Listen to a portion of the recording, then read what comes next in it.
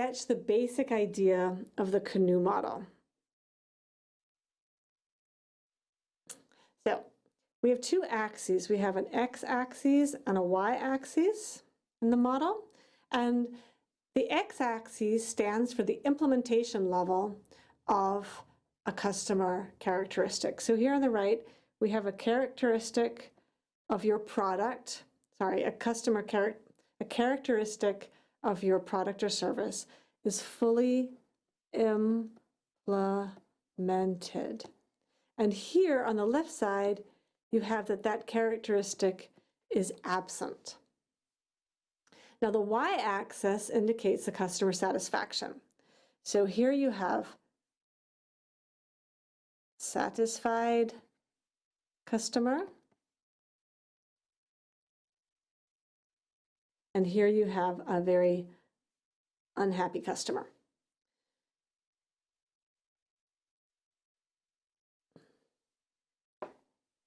Next, Canoe proposed 5 different categories of customer wants and needs, and we'll look at 3 of them here. And just be aware that people use different terminology. I tried to put as much as I could together, but these are the 3 main attributes that Canoe was emphasizing. The first is the basic or expected quality, and it looks like this. These requirements are not usually mentioned by customers. These are mentioned only when they're absent from the product. So you see, if you're in the absent area, you have a very unhappy customer. But even if they're fully 100% implemented, the customer is still not happy. These are things that are expected from the product. Next, we have green line here, characteristics that meet performance quality. This can be called, actually maybe I should write this down. The blue is, here's your basic or expected quality.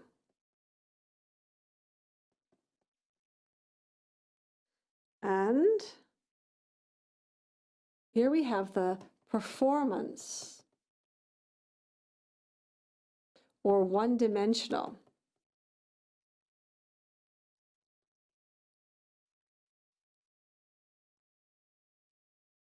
And what this means that whenever you have an increase in performance, as your performance improves, you have an increase in satisfaction.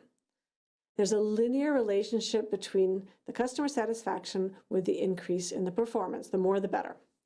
Then finally, we have a category called the delighters, or the excitement or attractive quality. And these look like this. Note, you don't even have to be fully implemented and your customer is happy. These are excitement or attractive quality. The delighters or the wow characteristics. These are often also not discussed. You're not often asked to express what you dream about. Creation of some excitement features in a design differentiates the product from expectations. These delighters, these excitement and attractive quality characteristics are unexpected.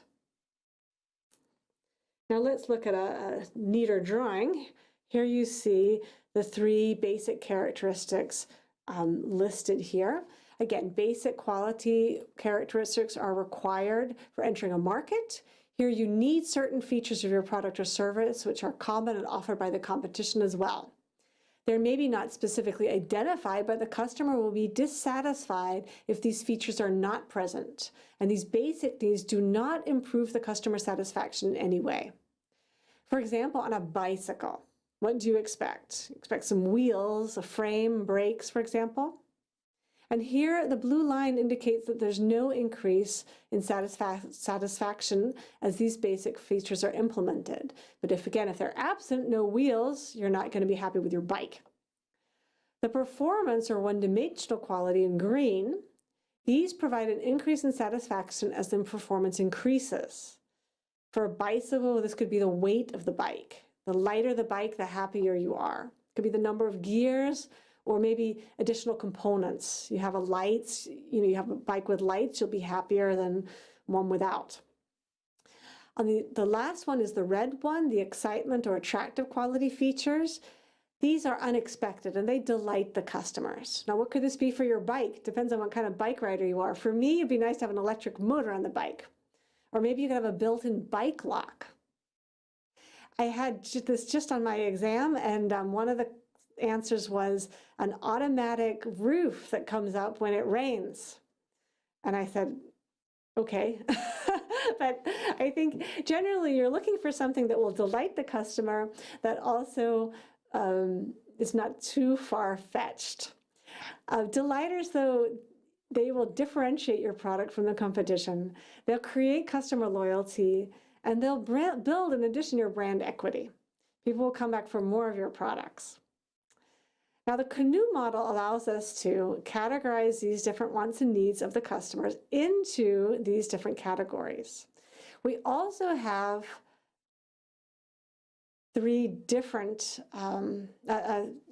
two more categories that are not emphasized here: indifferent quality and reverse quality. So indifferent quality features are those to which the customer attaches no importance, and that could be, for example, the rain hood. These features, if you have parameters that your customer is simply not interested in, they don't create any satisfaction, but nor do they create dissatisfaction. Reverse quality features are those which result in dissatisfaction, often due to the fact that not all customers are alike. A good example is if you have great features, but it makes the product too complex, then the customer can't handle it and they become dissatisfied. But again, we're focusing on the three: basic quality, performance quality, and excitement quality. Now, even with my bike example, obviously different customer groups have different ideas of what quality features should be. And additionally, an attribute will drift over time from excitements to performance, and then finally to basic. This drift is driven by customer expectations and by the level of performance from competing products.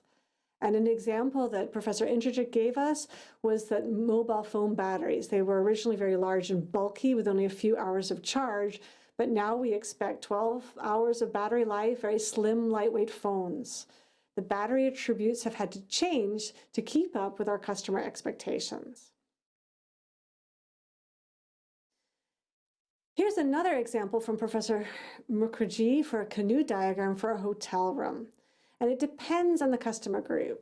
But for a simple holiday, maybe for the basic quality, you would expect a clean bathroom.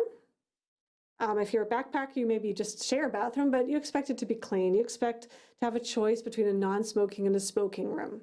Those are basic attributes that you don't look for a hotel based on those. Those are ones you expect. Performance quality, and you see this in the hotel industry, how can they lure their customers? How can they create something that will cause the customer satisfaction to increase? Free breakfast, lower room price, convenient location, maybe checkout flexi time. All things that are not unique will not delight, but if you get a free breakfast, you're more likely to choose one hotel than another. Excitement quality, it depends on who you are. I prefer that they don't welcome me by name, but maybe you attach a lot of importance to this personal service.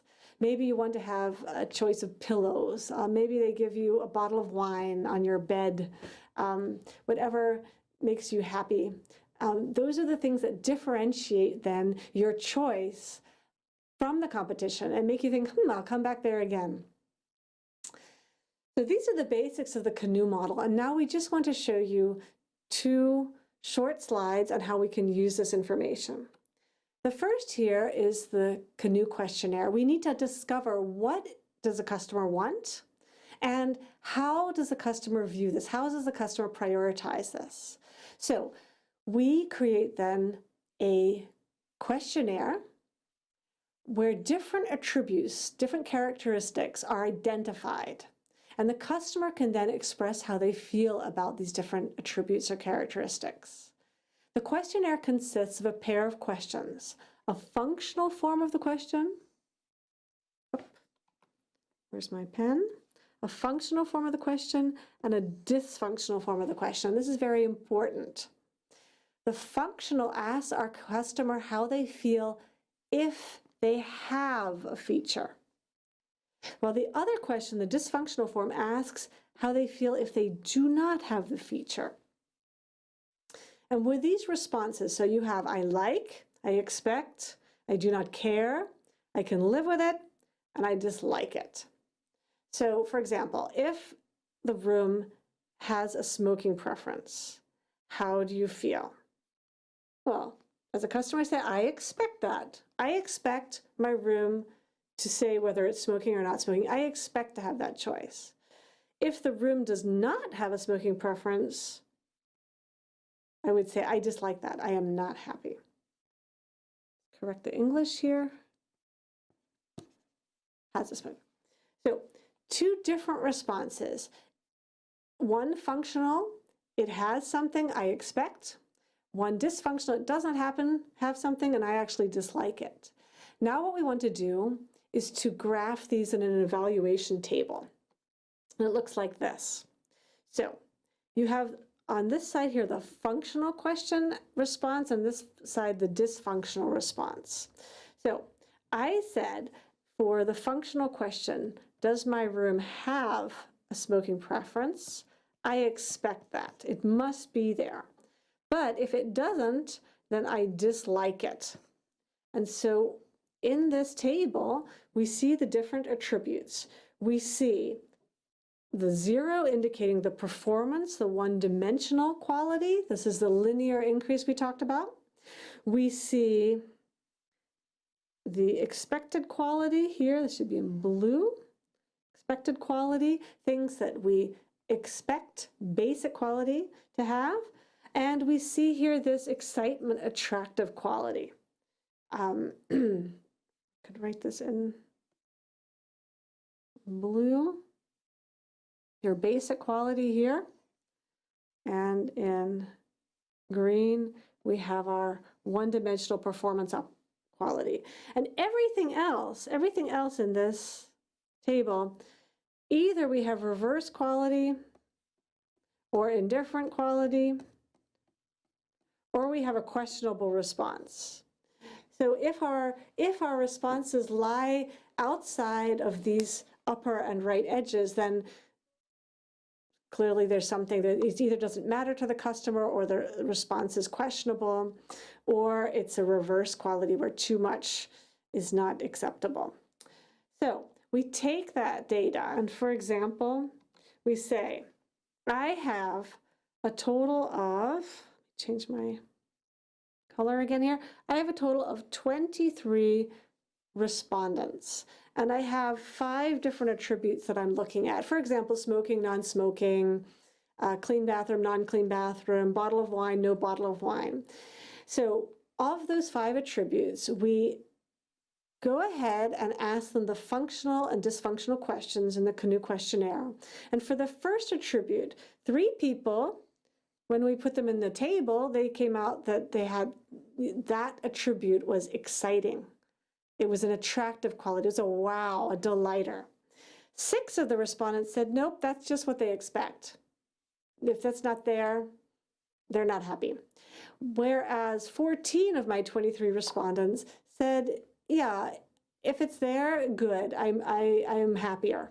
I will. The more the better. Linear performance. And since this is the largest response box, we categorize that with an O.